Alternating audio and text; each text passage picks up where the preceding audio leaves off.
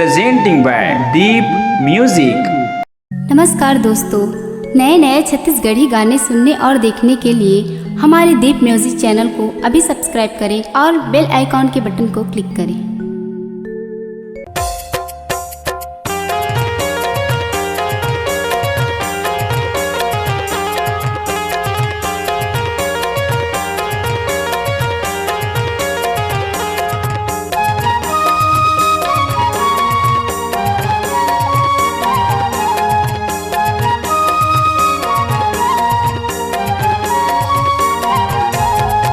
रंगे उड़थे वो रंगे उड़थे ना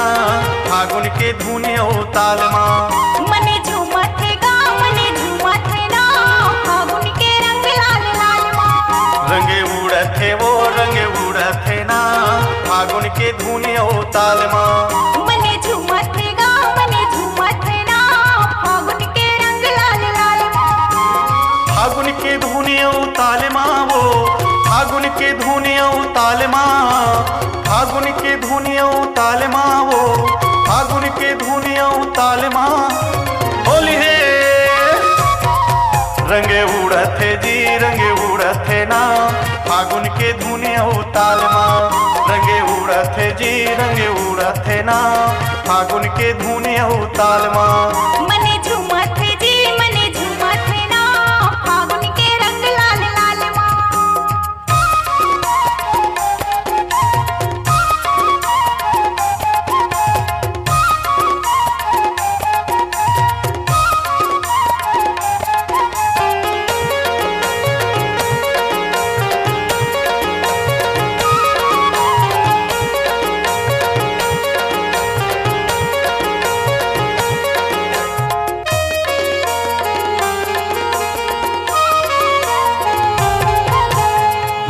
महीना में फागुन हयाते जी फागुन हयाते माया पीरित के रंग खिले जाते जी रंग खिले जाते 12 महीना में फागुन हयाते जी फागुन हयाते माया पीरित के रंग खिले जाते जी रंग खिले जाते रंग खिले जाते जी रंग खिले जाते रंग खिले जाते जी रंग खिले जाते होली है रंगे उड़ते जी रंगे उड़ते ना फागुन की दुनिया ताल माँ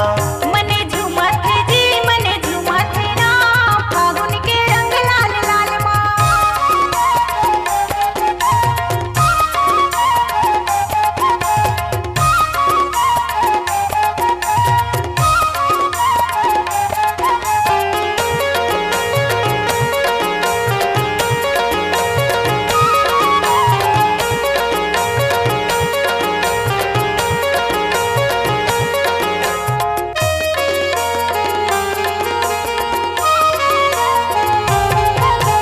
लाली लाली परसा के फूल मन ला भाते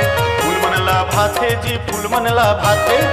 डाली वो डाली भौरा गुनगुनाते जी भौरा गुनगुनाते लाली लाली परसा के फूल मन ला भाते जी फूल मन ला भाते ए डाली वो डाली भौरा गुनगुनाते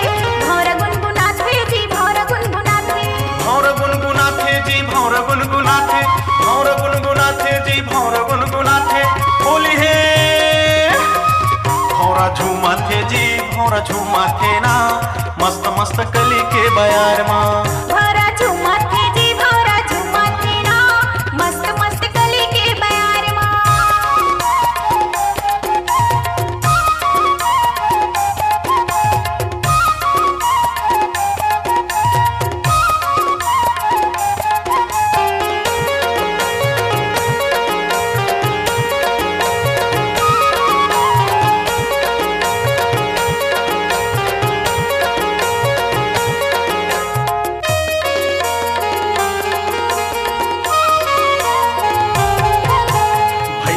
नाचे जी फागुन के ताल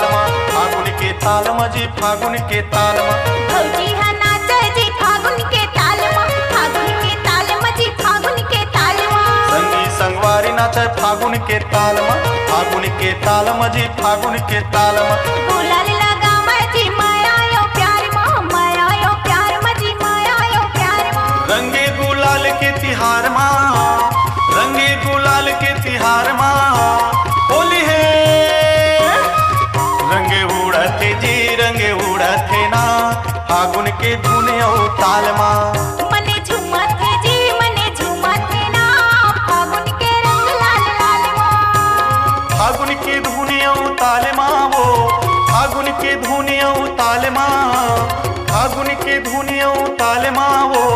फागुन के धुन और ताल माँ होली है।